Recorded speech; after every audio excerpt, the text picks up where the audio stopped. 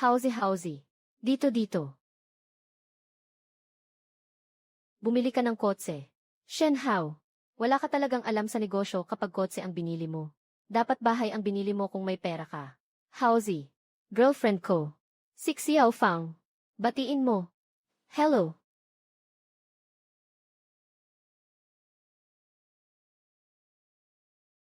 Nandito na ang Diyosa. Sinyaw.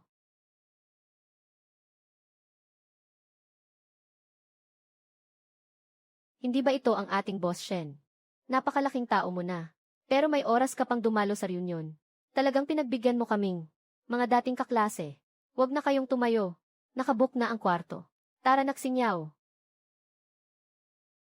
May manlilibre ngayon. Nagbayad na ng 50,000. Tara na. Huwag kang mag-alala. Tara. Shen Hao. Nabalitaan kong nagbebenta ka raw ng ginto. Para kumita. Saan naman galing ang gintong iyan? Baka naman. Pwede mong tulungan. Kaming mga kaklase mo. Pamana ng pamilya ang ginto. Ako kasi, wala naman akong kakayahan. Shen Hao. Tutal ang binebenta mo. Ay gintong pamana ng mga ninuno mo. Dapat magtipid ka. Bumili ka pa ng napakamahal na kotse. Sinabi mo pa, nasa 2 milyon ang may batch na ito. Kung inilagay mo sa bangko ang pera, kikita ka sana sa interes.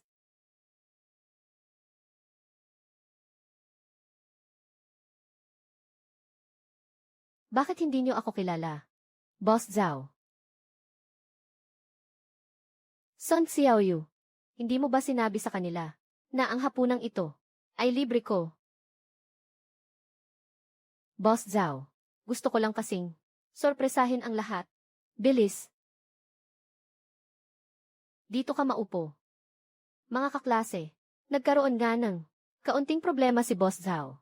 Pero maayos na ang lahat ngayon. Si Boss Zhao ang taya sa reunion na ito. Ayos. Salamat Boss Ki. Boss Zhao. Mag-alay tayo ng tagay para kay Boss Zhao. Sige. Tayong dalawa ang magtagay.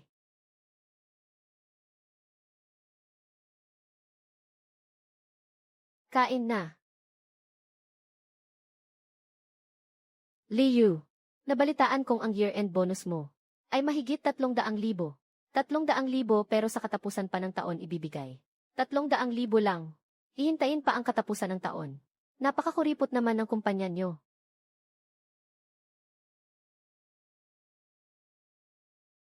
Shen Hao. Nabalitaan kong nagbebenta ka ng gintong pamana. Para mabuhay. Kawawa ka naman.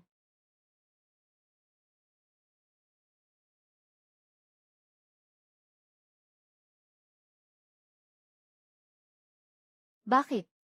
Nagyayabang ka na dahil mayroon kang ilang milyon. Hindi ka na namamansin ng tao. Ituloy mo lang ang kwento, Boss Zhao. Kakain na muna ako. Kahit na may ilang milyon ka, hindi ka pa rin mukhang mayaman. Palagi ka na lang nakikikain at nakikiinom. Nagbabalak akong mamuhunan sa isang social na bar. Ito ang kontrata. Tingnan nyo at tulungan nyo akong magdesisyon. Magbubukas ka ng bar, Boss Zhao. Maganda ang bar, malaki ang kita. Boss Zhao, kapag nagbukas ka ng bar, kailangan mo ba ng bartender? Pwede ba ako? Magkano ang ipupuhunan mo, Zhao Kai? Mahigit 10 milyon. Nasa sentro ng lungsod. Sa pinakasikat na commercial street, nasa 80,000 ang buwan ng upa. Napakayaman mo naman, Ginoong Zhao. Nga naman. Shen Hao, kaya mo bang maglabas ng higit sa 10 milyon para mamuhunan sa bar? Muntik ko nang makalimutan. Wala ka palang 10 milyon. Yung ilang milyon mo. Magkano na lang ang natira matapos mong bumili ng kotse? Hindi katulad ko. Kahit anong gastos ko. Nariyan pa rin ang yaman ng pamilya. Hayop ka. Ang mahigit 20 milyon na iyon ay pambayad sa utang. Ang mahigit 20 milyon na iyon ay pambayad sa utang. Kakapasok pa lang ng pera sa card. Inilipat mo na agad. Kapag hindi tayo nakabayad ng utang, makukulong tayong dalawa. May kaunting hindi pagkakaunawaan kami ng papa ko. Ituloy niyo lang ang pagkain. Ako ang taya rito. Anong ginagawa mo pa? Mahigit 20 milyon lang naman iyon. Kailangan mo bang mag-iskandalo dito? Ilabas mo ang pera. Kung hindi tayo makakabayad, pareho tayong makukulong. Sa labas tayo mag-usap pa. Huwag nating istorbohin ang pagkain ng mga kaklase. Pagkain. Laman ko na ang kinakain mo. Ano na ang sitwasyon ng pamilya natin? Nakuha mo pang manlibre. Galing iyon sa pagbebenta ng kumpanya. Hayop. Buti nga. Kaya pala, ang ipinangyayabang na pera ni Zhao Kai ay galing sa pagbebenta ng kumpanya. Tuluyan nang bumagsak ang pamilya Zhao. Baka makulong pa si Zhao Kai. Wala na talagang pag-asa. Pagbigyan mo na ako pa. Mamaya na natin pag-usapan pag-uwi. Bitawan mo ako. Ilabas mo ang pera. Ayaw kong mabulok sa kulungan. Pwede bang pagkatiwalaan mo ako kahit isang beses lang pa? Siguradong kikita ako ng malaki. Sa pagbubukas ng bar, napirmahan na ang kontrata.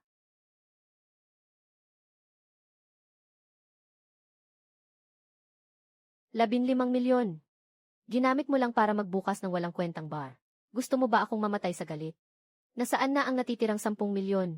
Ipambabayad sa utang. Nagsugal ka na naman ba? Hayop ka. Tumigil ka dyan. Pahuminahon ka. Tumigil ka dyan. Tapos na ang pamilya Zhao. Mamamatay sa galit ang matanda. Nga napakagarbo tingnan ni Zhao Kai. Hindi ko akalaing nasa dulo na pala. Hayop. Aalis na ako. Alis. Tumigil ka dyan.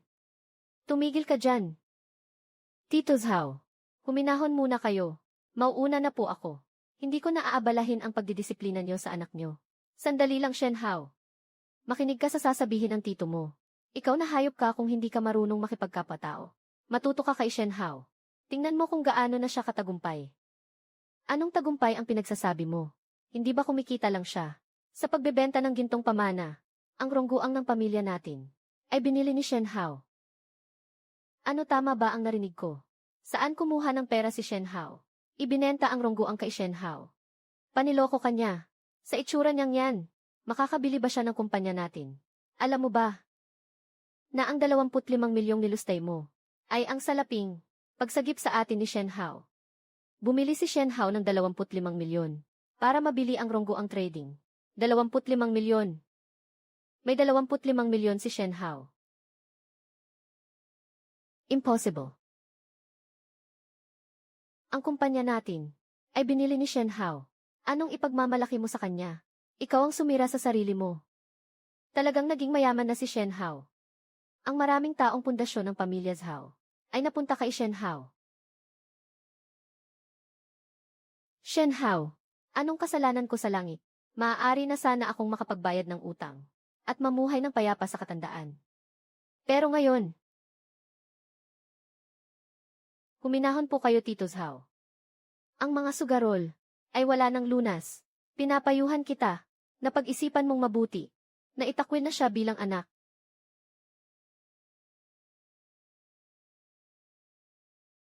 Umalis na rin tayo. Tara na, Xiao Fang. Tito Zhao, hindi na kami mananatili para panoorin. Kang disiplinahin ang anak mo. Mauuna na kami. Paalam, Tito Zhao.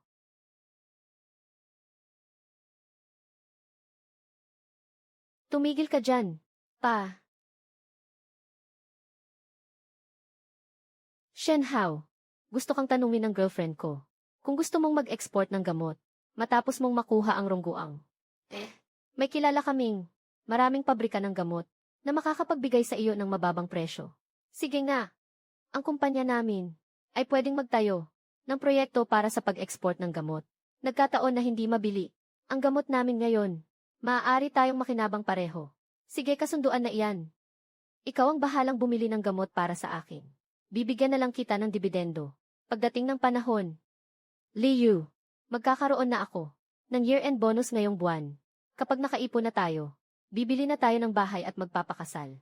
CJ, Hauzi, huwag puro gamot ang bilhin mo. Sabihan mo ako kapag may ibebenta kang ginto. Ako na ang supervisor ngayon. Kaya ko nang magdesisyon sa malalaking transaksyon. Huwag kang mag-alala. Sa susunod na may transaksyon, kayo ang hahanapin ko. Ayos yan. CJ, tara, ihahatid ko na kayo. Tara. Siguradong maaabot natin ang ating pangarap. Shen Hao. Shen Hao, patawad. Mali ang nasabi ko noong nakaraan. Sana mapatawad mo ako. Ayos lang. Hindi ko naman dinamdam iyon. Kung ganoon, mabuti naman. Kung ganoon, pwede bang sumabay na ako sa iyo? Haozi, ihahatid mo si Luxing Yao. Magtaksi na lang kaming dalawa. Wag na. Hindi kami magkasundo ng daan. Kayo muna ang ihahatid ko. Kung ganoon, mauuna na kami. Paalam. Shen Hao. Shen Hao, gago ka. Hindi ka man lang marunong magpahalaga sa babae. Binigyan kita ng maraming pagkakataon. Wala ka man lang sinamantala ni isa. Hindi pwede.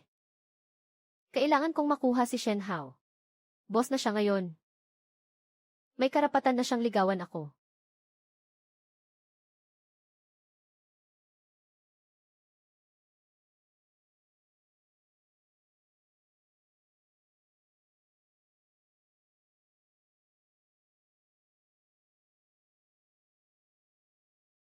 Xiaoru. Nakabalik ka na, Kuya Hao. Nitong mga nakaraang araw, nakabili ako ng mahigit 1,000 sako ng bigas, dekalidad na pagkain, at mga damit para sa 4 na panahon. Mayroon ding 500 kahon ng gamot. Pwede na nating kunin ang bundok ng puting usa. Maliligo. Ka ba? Lalabas muna ako. Kuya Hao.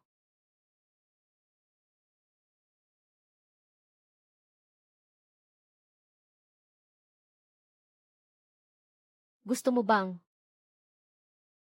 sumabay?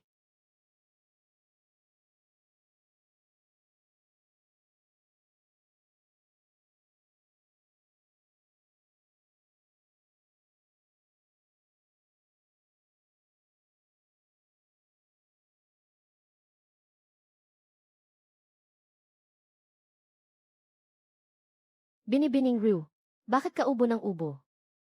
Ayos lang ako. Nabasa lang ako ng malamig na tubig. Baka nahanginan ako. Siya nga pala. Xiaoru. Pagkabalik natin, kailangan nating kunin ang titulo ng bundok ng puting usa.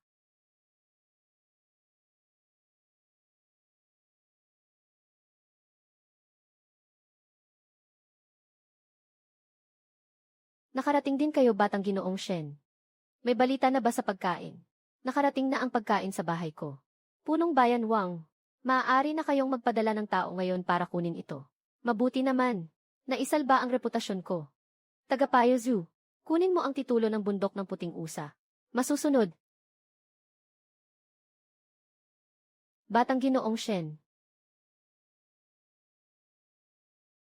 Maraming salamat, Punong Bayan Wang. Punong Bayan Wang, nakuha ko na ang titulo ng lupa. Baka magalit si Xiaoru. Xiaoru. Iyon bang batang babae na laging nakasunod sa iyo? Tama. Pakakasalan ko siya balang araw. Sige, Batang Ginoong Shen, ihahatid ko na kayo. Punong Bayan, may problema. Punong Bayan, may problema. Ang mga biktima ng kalamidad mula sa ibang bayan ay nagtipon-tipon sa may pintuan ng opisina ng bayan. Masyado nang marami ang biktima. Sa Zhengyang County, bakit mo pa pinapasok? Punong Bayan, patawarin niyo ako sa kakulangan ko. Pero, hindi talaga sila mapigilan. Ang mga sundalo sa ibang bayan, para lang maitaboy ang mga biktima, ay handang pumatay. Kaya ang mga biktima ay tumatakas papunta dito sa atin. Ayaw managot ng mga hayop na iyon.